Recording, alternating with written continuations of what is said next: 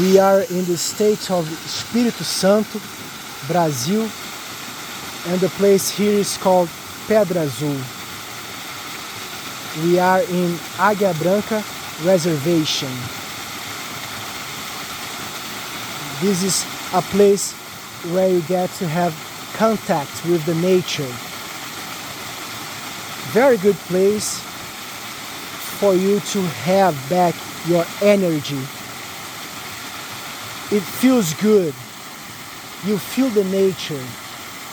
It's very, very healthy. The contact with the nature. We love that. We love being in contact with the nature. We love contemplating waterfalls. As a matter of fact, we prefer to dive into the water. But here today, the water seems to be a little bit cold. And as you can see, it's raining. Otherwise, we'd be in the water, having fun, doing shoulder ride, cradle carry, lift and carry, and so on. This is the way we like to live.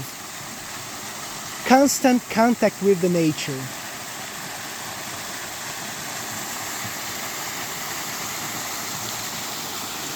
Look at this beauty.